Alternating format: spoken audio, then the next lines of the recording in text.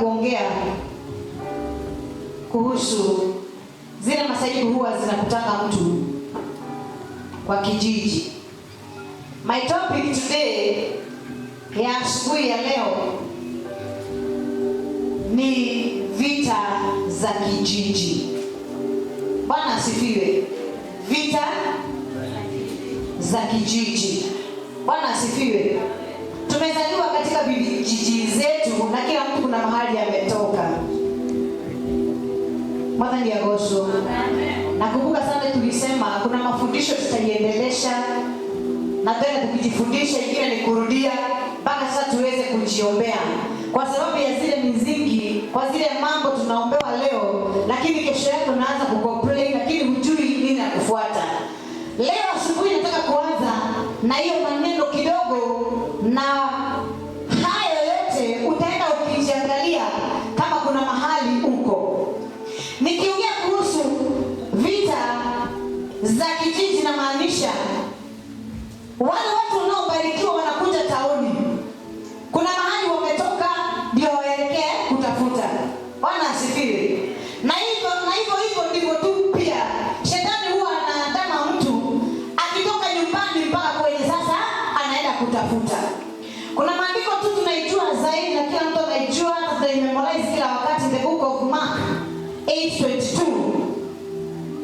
Jamaa anaitwa Bartimayo, kila mtu anamjua. Bwana asifiwe. Huu ni wakati wa Yesu akiwa anaponya na akiwa anafanya miujiza tofauti hapa na pale. Sana sana alikuwa anaingilia saidi moja haswa ya kuponya wale watu hawakuwa wanaona.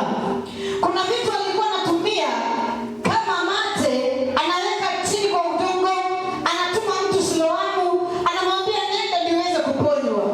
Kuna wengine alikuwa anawaponya kupitia imani yao.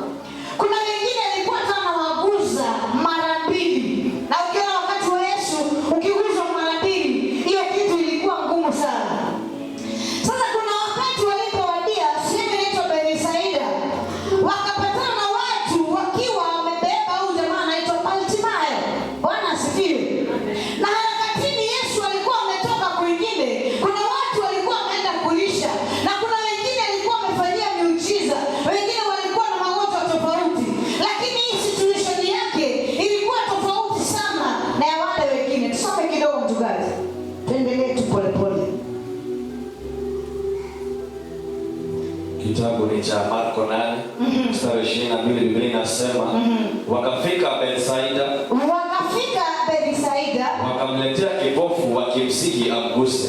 Wakamletea kipofu wakimsihi amguse. Hao watu walikuwa wanajua Yesu anatenda, na hao watu walikuwa kijijini. Kwa hivyo Yesu alikuwa anazunguka kwa vijiji, na kwa vile alikuwa anafanya miujiza, walimsihi, wakaanza kumuuliza kama kuna vile unaweza kusaidia huyu kipofu wetu aweze kuona. Akasema aje?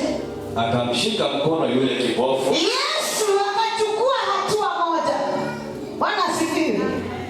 Yesu akachukua hatua moja, akamshika ule kipofu mkono, alafu na kumpeleka nje na kumpeleka nje ya kijiji.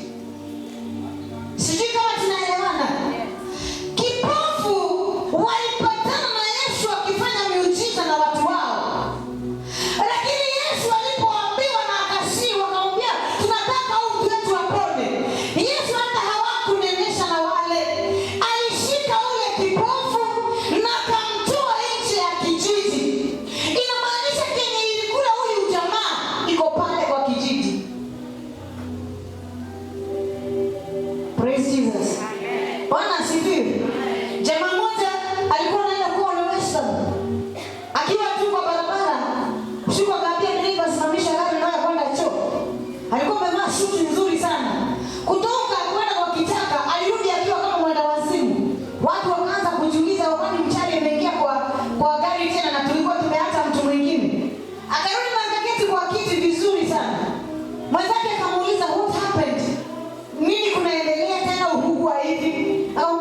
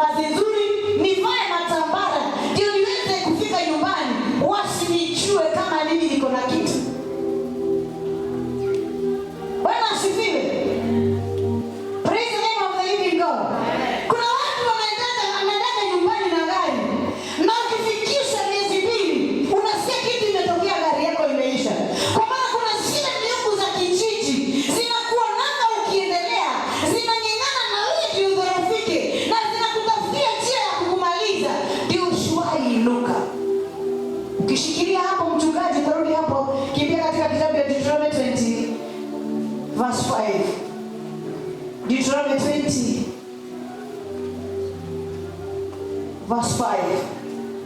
Nataka ushike na uelewe jambo hapa. Deuteronomy 20, Kumbukumbu la Torati 20, mstari wa 5, utasoma wa 5 na wa 6. Biblia inasema maakida waseme na watu na kuambia ni mtu gani aliye hapa aliyejenga nyumba mpya? Hawa ni Mafarisayo walikuwa wanaongeleshwa. Walikuwa wanaongea. Wakaanza kuulizana, ni mtu gani amejenga nyumba mpya alafu wala haijawekwa wakfu. Kurudira hau wakfu. Haijafanywa dedication. Bwana asifiwe. Wakiulizwa hivyo, walikuwa wanaelekea vitani na walikuwa wanaulizwa ndio waweze kudediketiwa nyumba zao ama wapewe mawaidha vile watafanya, maana walikuwa kijijini. Aende akarudi nyumbani kwake. Asije akafa mapigano. Ikawekwa wakfu na mtu mwingine. Bwana asifiwe. Usiwahi ona mtu amejenga nyumba kwa sababu amejenga kijijini, lile nyumba hataweza kulikaa, maana itafikia wakati wa kuliingia kitu inatokea, huyo mwenye anajengewa anakufa. Kwa maana kuna roho, mizimu ama miungu huwa zinaamuka. Bwana asifiwe. Zinapigana na wewe na wakati zinaamuka zinakumaliza. Ni nani yako hapa hajafanyia kipawa yake dedication? Hata ndoa usipoifanyia dedication unakuta bado itakutingiza. Bwana asifiwe. Vipawa, vita, maroho za kwenye umezaliwa huwa zinaongea na zinaongea na fujo sana, maana zinasema hauendelei, maana zinasema hautasonga, hauwezi kaa kama sisi, mbona uinuke. Wale wangu imana nakuta watu wakienda nyumbani unakuta wanabadilishanga mambo tu, ndio mtu anajua kwao kuko aje. Uliza mwenzako kwenu kuko aje?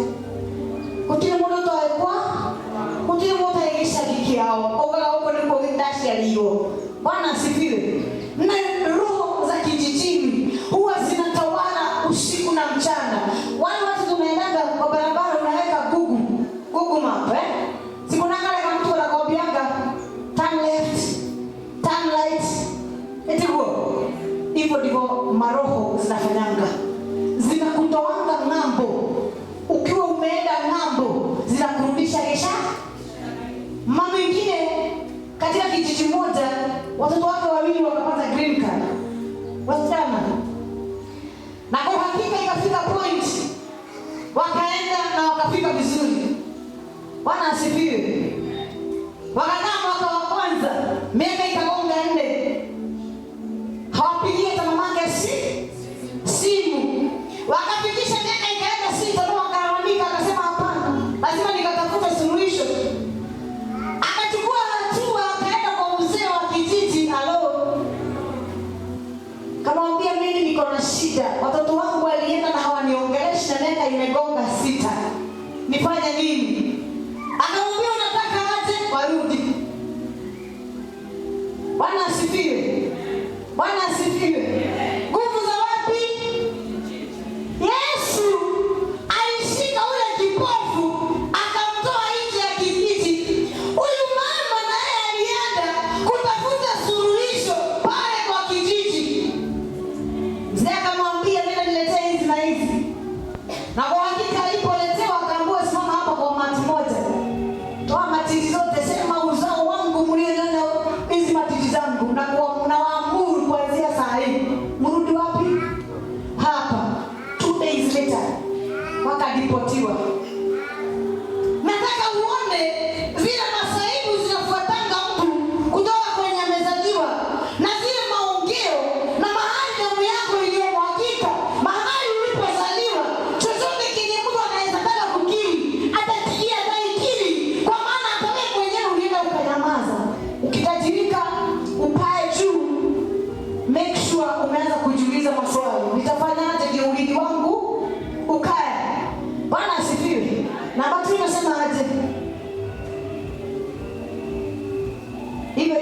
Deuteronomy. Mstari wa 6. Ni mtu gani aliye hapa aliyepanda shamba? Ni mtu gani aliye hapa aliyepanda shamba la mizabibu? Wala hajatumia matunda yake. Aende akarudi nyumbani kwake. Kila kitu tunarudishwa wapi? Nyumbani kwake. Chochote kile uko nayo sahihi, make sure umeiweka wakfu mbele za Mungu. Ndio hizi maroho na mapepo iache kuona mahali ya kuingililia. Na wakati unaozaa uzao, make sure watoto wako mwadedicate wote. Hizo ni wadogo ni wakubwa, kwa maana nyota zao zikiona kijijini hazisongi tena. Bwana asifiwe. Kuna watu wanasemanga siwezi enda kwetu na rafiki. Juu nikienda na rafiki itakuwa shida nyingine. Kuna mtu anasemanga siwezi enda nyumbani kwetu na shopping. Maana kuna neighbor anaweza niona nikibebea mamangu chakula, sitawahi beba tena. Bwana asifiwe. Ni kitu nishashuhudia na macho yangu ikinitendekea pia. Unakuta unang'ang'ana kufanya kitu tu, angalau ngoma yenu iweze kusimama, lakini naye mwingine pale anang'ang'ana vile ataibomoa. Nguvu za kijiji. Bwana asifiwe. Ukiotesha shamba, hata kama shamba ni la mizabibu, hata kama shamba ni la mahindi, hata kama ni biashara uko nayo nyumbani, iweke wakfu mkono wa Bwana. Bwana asifiwe. Ndio maana tunasimama tunasema hakuna kazi, lakini kazi iko. Kuna mtu alikuona na akasema hufanyi na hautafanya, kwa maana anatumia zile nguvu zinaokuandama zikitoka kwenu. Mtu akikuwa mshinde umaskini ya kifamilia, unakuta inakuandama mpaka mahali umekaa, haijalishi uko wapi. Huyo mama alitoa watoto wake ng'ambo kwa kuongea tu na maroho za kijiji. Maroho za kijiji. Bwana asifiwe. Aende akarudi nyumbani kwake. Asije akafa mapiganoni. Yakatumiwa na mtu mwingine matunda yake. Wakati unao jaribu kufanya kitu, ukute siku imeisha imeshindikana, mwenye atarudi pale pale, mchunguze ni nani. Kwa maana hujui nani amekuingia akutoe ya baki mahali pale. Hao watu walikuwa wanaambiwa usipoweka wakfu nyumba yako, na kama ulioijenga likiwa mpya, ukienda vitani wende ulie vitani, wengine watakuja kuliingia. Maroho zinafuata mtu za kwenye mtu amezaliwa, si ati ni kulala huwa zinalala. Kile zinafanyanga, ukiitoa dhabihu, ukitenganisha na hizi madhabahu, unakuta zinakuondokea, hazioni faida yako tena. Lakini ile moment unaziacha tu zikiwa pale, zinakufuatanga mpaka kwa uzao wako. Bwana asifiwe. Unakuta kile ilikuwa inasumbua your grandpa, ndio inakusumbulia mtoto wako wa kwanza. Kile ilikuwa inasumbua your grandmother, ndio inasumbua mtoto wako wa pili katika familia. Unashangaa huyu roho alitoa wapi na sio ya baba wala ya mama. Bwana asifiwe. Unaona watoto wanazaliwa wakiwa wengi kwa boma, lakini wote hawafanani na ni wa boma moja. Kuna watoto wanarudia kuangaliana na kina grandpa ama shosho. Unakuta kaka hana shosho. Mwana ukafafa uliko. Toto za kamera na yuma nake. Na ruma na duda. Mwana ni agosho. Nataka uelewe zaidi na kuja kufundishana kuhusu dedication ni vizuri. Lakini nataka uelewe zaidi. Kuna vitu inahitajika kuwa inafanywa. Ili wewe mwenyewe ujizingire uweze kusonga na maisha. Maana vitu za vijiji hazitawahi isha. Tadokolea kwa waumire. Turudi in the book of Mark. Bwana asifiwe. Jesus is good. Mark 8:22. Nataka tuendelee kidogo na hiyo story ya Bartimayo. Kama hujajielewa, nataka ujielewe leo. Uza mwenzako muulize, uko na biashara uko nayo? Iweke wakfu. Si uko na watoto? Kama hujawahi dedicate mtoto, make sure umededicate mtoto wako. Kama uko na ndoa na inayumbayumba, make sure umededicate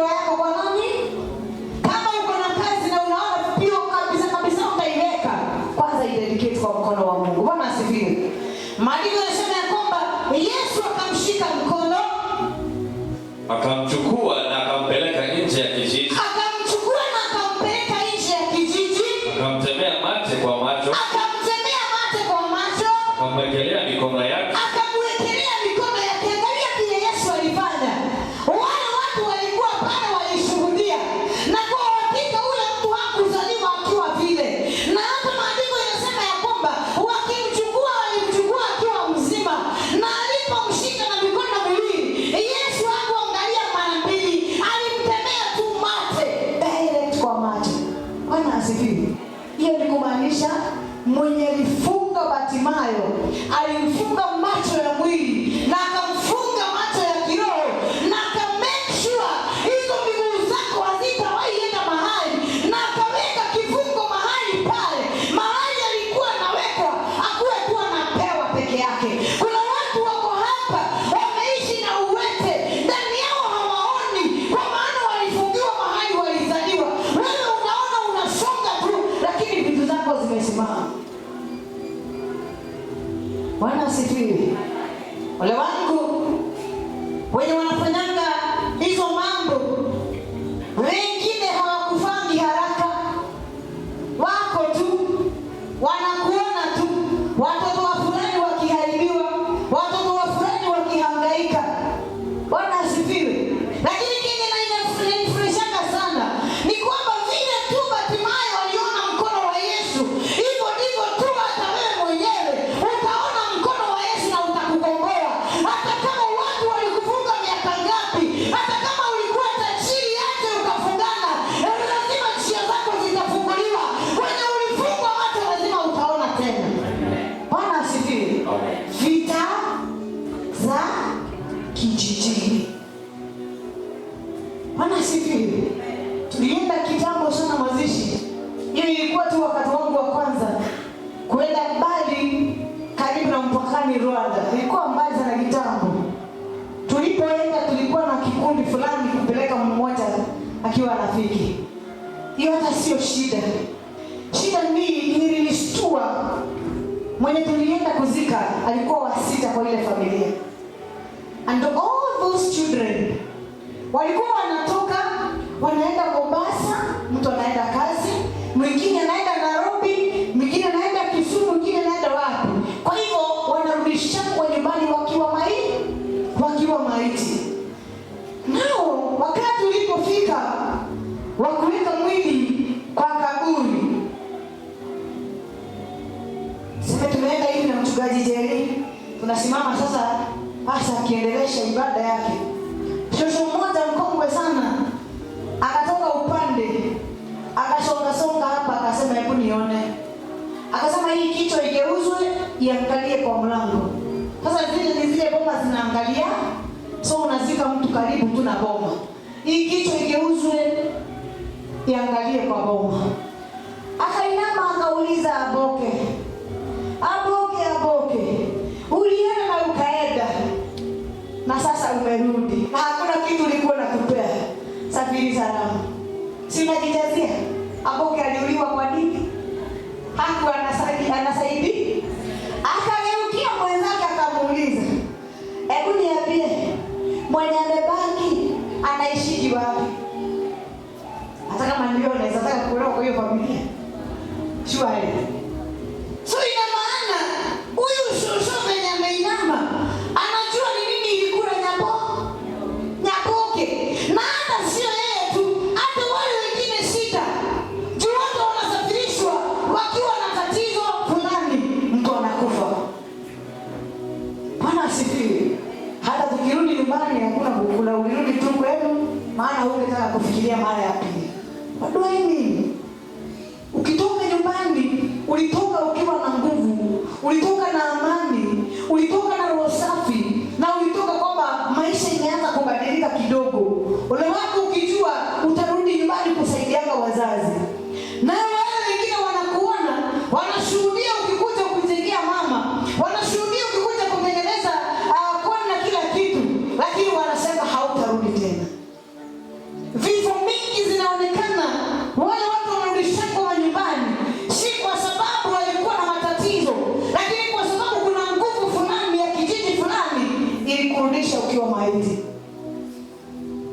Maandiko yanasema ya kwamba Yesu alitoa ule kipofu nje na akamtemea mate. Alafu na kumuuliza, "Je, waona kitu?" Akasema, akatazama juu na kusema, imagine akiwa tu hapo, kwa maana Yesu alikuwa anajua. Walisema huoni kijiji kiendelea, walisema huoni kwani watu wakiinuka, walisema hautakanyaga mchanga useme umekuwa na kitu, walisema hutawahi pata uzao wako. Akamwangalia, akamuuliza Bartimayo, "Ni nini unaona?" Bartimayo akasema aje? "Ninaona watu kama miti inayokwenda." Hebu sikia. Akiwa amesimama hapo, akaanza kutazama kile apelele kuona kia hana kama rudu mahana netio na mete. Kwanza ni angosho. Bwana asifiwe. Akaanza kuona tumiti kwa umbali. Ndipo akaweka tena mikono yake. Ndipo Yesu akamwekelea mkono mara nyingine ya pili. Bwana asifiwe. Kuna maombi unaomba ndio, lakini unaomba mwangaza inaonekana mara ya kwanza. Unaona bado kuna kitu unahitaji, lakini ufuatilie maombi mara ya pili. Ndio kile kitu unataka itimie. Yesu akamwekelea mkono mara ya pili. Hilo sio kirudia leki. Bwana asifiwe.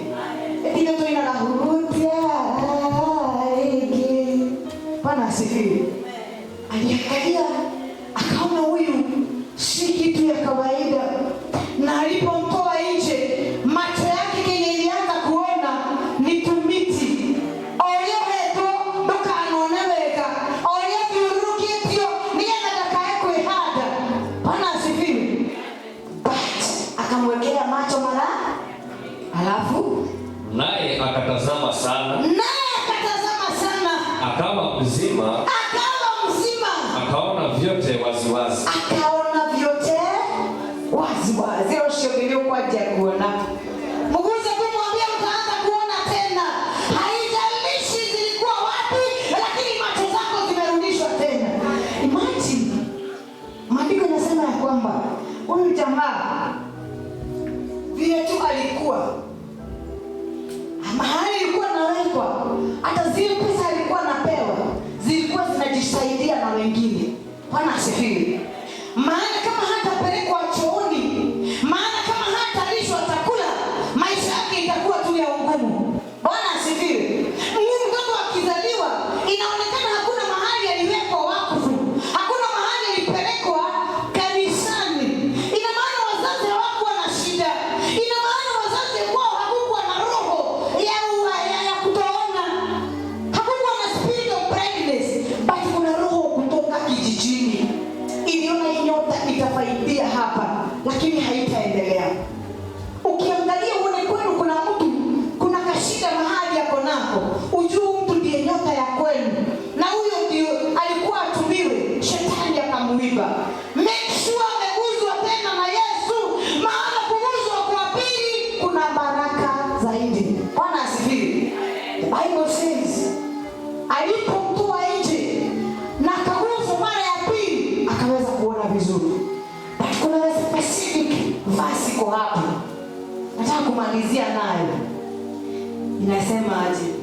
Mstari wa 26. Sema nini? Akampeleka nyumbani kwake. Yesu akampeleka nyumbani kwake na kusema, hata kijijini usiingie. Tukaingie. Pamoja na Yesu. Amen. No idea. No amwela. Ola muhigura. Amwela ni damu ikilia.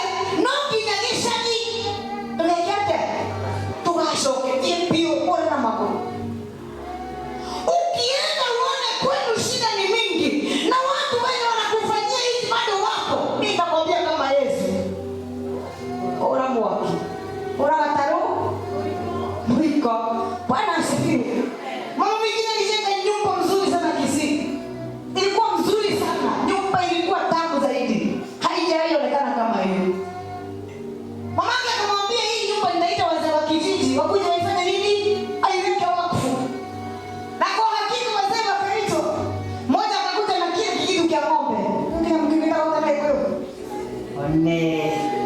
inyomboga.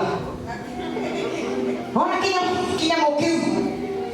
Mwingine naye akakuja amepewa sasa vitu za kutakasa nyumba. Hicho kutakasa ni mara mingi. Wakatakasa. Alafu wakaenda. Sasa mama pasa mwenye alikuwa ameenda, mwenye tulikuwa tumepeleka. Tulipofika mahali pale, mwenye nyumba alikuwa amegojeka. Kiwango hawezi toka pale kwa kitanda.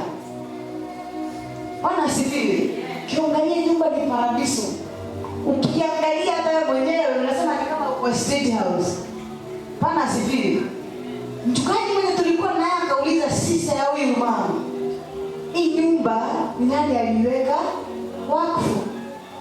Ule mama akiwa pale kwa kitanda akasema kwa sauti ya chini sana, mama yangu ndiye alileta watu wazee wa kijiji. Lakini shida ni moja tu. Mzee mmoja aliniuliza kailetu ukakanya upateno huko. Bwana asifiwe. Kama hii hapa na si ungeenda huko mbali ujenge kuliko kujenga wapi? Hapa. Bwana asifiwe. Na walipomaliza kazi akaambia mchungaji 2 weeks later akaanza kugojeka. Wakaanza kumwapeleka hospitali. Sasa hiyo wakati alikuwa hali mahututi. And by the way, alikufa the same wazee wakamrudisha kwa Geshaji. Bwana asifiwe. Hapo tu masista zake si wakachukua nyumba. Bwana asifiwe. Chunga na uchunge zaidi. Maroho za kijiji umaliza. Maandiko ya mwisho inasema ya kwamba Bartimayo aliambiwa na Yesu, "Hata kijijini kwenu usirudi. Maana kule ndio umetoka na hili shida. Sasa ina uwezekano zile mapigo unapitia ni kwa maana baba yenu hakufuatilia. Ni kwa maana kuna miungu za kwenu zinawaandama. Ni kwa maana lile mchanga huo linaongea kama leo. Ni kwa maana hakuna mtu aliwajulisha utapitia njia gani." Siku hizi sio vile tulikuwa tunasema mlo nawe hafi nawe ila mzaliwa nawe. Siku hizi hakuna hata mzaliwa, ni ukufe niingie. Bwana asifiwe. Chochote kinaweza happen, sina shida, mimi nitaendelesha. Yaani kinaanzalisha kivyake. Nisiapilie. In my thinking nafikirianga alipoambiwa sasa nenda, alikuja kama hapa Nairobi. Akaanza biashara kama ni ya sukuma. Na kwa sababu alikuwa amezaliwa na baraka zake, tayari yuko na baraka zake. Bwana asifiwe. Chochote kinakuandama, ukijielewa na ujue shida yako ni nini, unafaa tu kuambia Mungu, nisaidie vile nitafanya. Jamani, Job watoto wake walipokuwa wanaenda kucheza, hakuwa anarudi tu hivyo. Alikuwa anawarudisha kwa madhabahu. Kwa maana hajui ni nini waliguza, anawawekea madhabahu kwa madhabahu. Bwana asifiwe. Anza kujiangalia. Wewe uliitwa nani? Umezaliwa kwa ukoo gani? Na wewe uhirigo waliko. Na kwa nini hana hatia? Hata ukiingia kwa kuomba, unajua ninaomba ndio nikifukuza maroho, lakini ilianza sehemu fulani na ilianza na nani? Bwana asifiwe. Tukiendelesha juu tutaendelesha mpaka hiyo masaa nyingine, maana tuko pamoja. Nataka tuende tukijua, tukichimba, tukijielewa mpaka tufike mahali Mungu anataka tufanye nini? Tufike. Bwana asifiwe. So, masomo yangu yameishia hapo ya asubuhi na nimeuacha tu na neno la kwamba